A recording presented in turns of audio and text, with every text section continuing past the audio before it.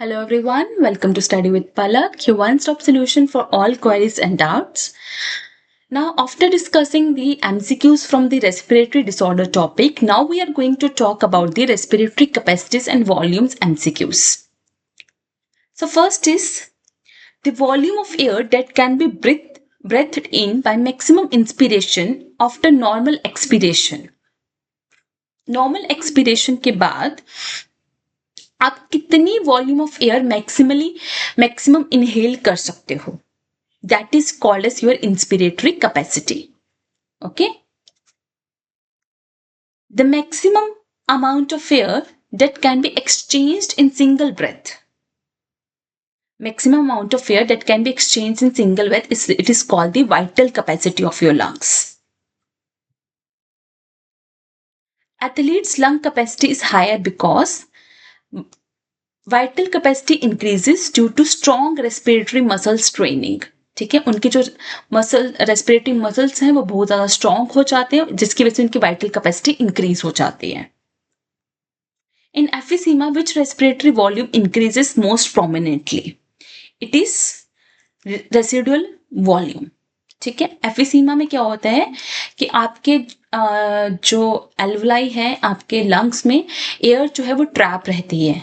ठीक है, जिसकी वजह से वो एयर जो है लंग से बाहर नहीं जा पाती है. ठीक है, उनकी वजह से उनकी रेसिडुअल वॉल्यूम जो है वो इंक्रीज हो जाती है.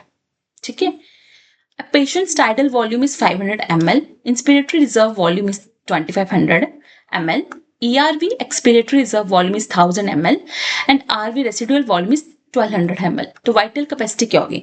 देखो, वाइटल कैपेसिटी का फॉर्मूला होता है tidal volume, IRV and expiratory reserve volume. तो आप इसको कैलकुलेट कर लो, it will be your 4000 ml. ठीक है, 25 और 5 300, 300 प्लस 1000 इट इज 4000. ठीक है, जब आप वाइटल कैपेसिटी के अंदर रेसिडुअल वॉल्यूम ऐड करते हो तो ये बन जाती है टोटल लंग कैपेसिटी. ठीक है, match the respiratory volumes with approximate values in ml. Tidal volume कितना होता है? It is 500 ml. Inspiratory reserve volume कितना होता है? 2000 से 2500 ml. एक्सपिरेटरी रिजर्व वॉल्यूम कितना है? 1000 से, एंड रेसिडुअल वॉल्यूम कितना होता है? 1100 to 1200. ठीक है, तो इसके हिसाब से आपका ऑप्शन बन जाएगा 1. ए का है आपका सेकंड, बी का थर्ड, सी का फोर्थ एंड A1. ओके, आप ये सब मेरी रेस्पिरेटरी वॉल्यूम्स एंड कैपेसिटीज वाली वीडियो भी देख सकते हो, उसमें मैंने बहुत अच्छे से इसको एक्सप्लेन किया है. ठीक है, the volume of air inspired और एक्सपायर्ड ड्यूरिंग नॉर्मल ब्रीथिंग. तो नॉर्मल ब्रीथिंग वाली वॉल्यूम क्या होती है? आपकी टाइडल वॉल्यूम. ठीक है, volume of air remains in the lungs after forceful expiration, that is your called residual volume. ठीक है, average residual volume in humans is, average residual volumes humans में कितनी होती है? It is 1100 to 1200 ml. ठीक है, ऊपर भी डिस्कस किया था इसको. वाइटल कैपेसिटी किसके बराबर होती है? Tidal volume, IRV and ERV के बराबर. ठीक है, टोटल लंग कैपेसिटी क्या होगी? वाइटल कैपेसिटी में आप रेसिडुअल वॉल्यूम को ऐड कर दो. वाइटल कैपेसिटी डिक्रीजेस इन obstructive lung diseases like asthma. ठीक है, ऑब्वियसली वाइटल कैपेसिटी डिक्रीज होगी अस्थमा के केस में, ऑब्स्ट्रक्टिव लंग डिजीजेस के केस में.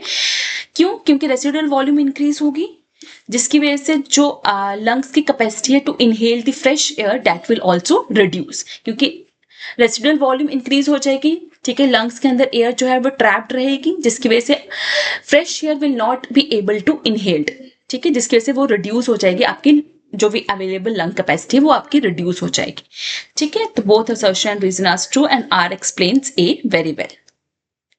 Residual volume can not be measured by spirometer. Exactly residual volume को हम पैरोमीटर से मेजर नहीं कर सकते हैं, because it is the air that remains in the alveoli after maximal expiration. जितनी मर्जी आप एक्सपायरेशन, जितनी फोर्सफुल एक्सपायरेशन आप करना चाहते हो कर लो, उसके बाद जो एयर लंग्स में बच जाती है that is called residual volume, जिसको हम पैरोमीटर से मेजर नहीं कर पाएंगे. ठीक है, total lung capacity is greater than vital capacity. बिल्कुल, क्योंकि वाइटल कैपेसिटी क्या, टोटल लंग कैपेसिटी क्या होती है? दैट इज वाइटल कैपेसिटी पर रेसिडुअल वॉल्यूम, है ना, तो इसीलिए वो उससे ज्यादा है, तो बिल्कुल सही है. ठीक है, तो आप प्लीज इसकी वीडियो जरूर देखना, इसका लेक्चर जरूर सुनना, बिकॉज यहाँ से क्वेश्चंस आने के चांसेस बहुत ज्यादा होते हैं. ठीक है. Do like and subscribe Study with Palak. You can join my Telegram group and the link of the group is given here. You will get all the PDFs, class updates and MCQs and you can directly interact with me. Because I believe more we connect, easier the success becomes.